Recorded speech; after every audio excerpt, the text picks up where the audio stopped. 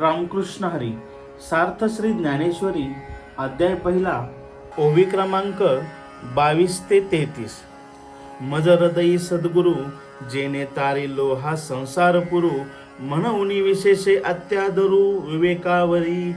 जैसे डोळ्या अंजन भेटे ते वेळी दृष्टीसी फांटा फुटे, मग वास पाहिजे तेथ प्रगटे महानिधी. का चिंतामणी आलिया हाती सदा विजय वृत्ती मनोरथी, तैसा मी पूर्ण क्राम श्री निवृत्ती ज्ञानदेव म्हणे. मनोनी जाणतेने गुरु भजिजे तेने कृतकार्य होईजे, जैसे मूळ सिंचने सहजे शाखा पल्लव संतोषती. का तीर्थे जिये त्रिभुवनी तिये घडती समुद्रा व गाहनी, ना तरी अमृत रास स्वादिनी रस सकळ. तैसा पुढती तोची मी या अभिवंदिला श्री गुरुची, जो अभिलाषित मनुरुची पुरविता तो. आता अवधारा कथा गहन जे सकळा कौतुका जन्मस्थान, की अभिनव उद्यान विवेक तरुंचे. ना तरी सर्व सुखाची आदी जे प्रमय महानिधी, नाना नवरस सुभावाब्दी परिपूर्ण हे. की परमधाम प्रकट सर्व विद्यांचे मूळ पीठ, शास्त्रजाता वसोट अशेषांचे. ना तरी सकळ धर्मांचे माहेर सज्जनांचे जिव्हार, लावण्य रत्न भांडार शारदेचे. नाना कथा रूपे भारती प्रगटली असे त्रिजगती, आविष्कारोनी महामती व्यासाची. म्हणून हा काव्याराओ ग्रंथ गुरुवतीचा ठाओ, येथुनी रसा झाला आओ रसाळपणाचा. अर्थ सद्गुरु स्तवन. श्री सद्गुरूंनी सांगितलेले ज्ञान मी माझ्या हृदयामध्ये साठविले, त्यामुळे मला भवसागर तरुण जाता आला. म्हणून अंतकरणातील विवेकावर माझे अत्यंतिक प्रेम आहे.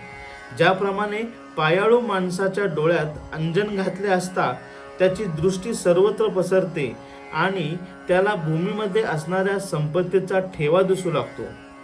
मनोकामना पूर्ण करणारा चिंतामणी हाती आला असता सर्व हेतू पूर्ण होतात, त्याप्रमाणे सद्गुरु निवृत्तीनाथांच्यामुळे मी परिपूर्ण झालो आहे. माझ्या सर्व सदिच्छा पूर्ण झाल्या आहेत असे ज्ञानदेव म्हणतात. यासाठी जाणकारांनी सद्गुरूवर परम श्रद्धा ठेवून आत्मज्ञान प्राप्त करून घ्यावे, म्हणजे जीवन कृतकृत्य होईल. जसे झाडाच्या मुळाला पाणी घातले असता फांद्या व पाने सहजच विकसित होतात, एका समुद्र स्नानामुळे त्रैलोक्यात जेवढी तीर्थे आहेत त्या सर्वांचे स्नान केल्याचे पुण्य प्राप्त होते. किंवा एका अमृत रसाच्या सेवनाने जगातील सर्व रस सेवन केल्याप्रमाणे होते.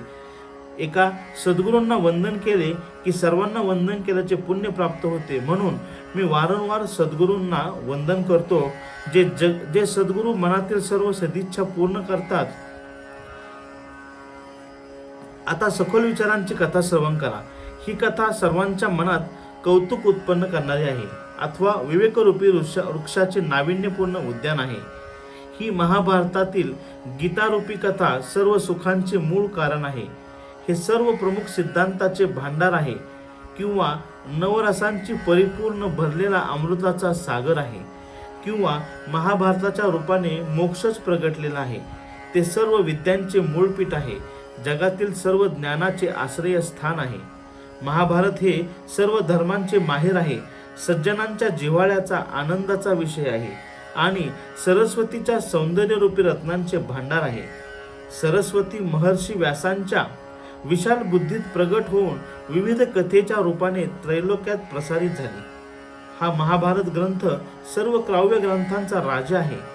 या ग्रंथाच्या ठिकाणी महानतेची परिसीमा झाली आहे. या ग्रंथापासून काव्यातील रसांना रसाळपणाचा डौल आला आहे. रामकृष्ण हरी.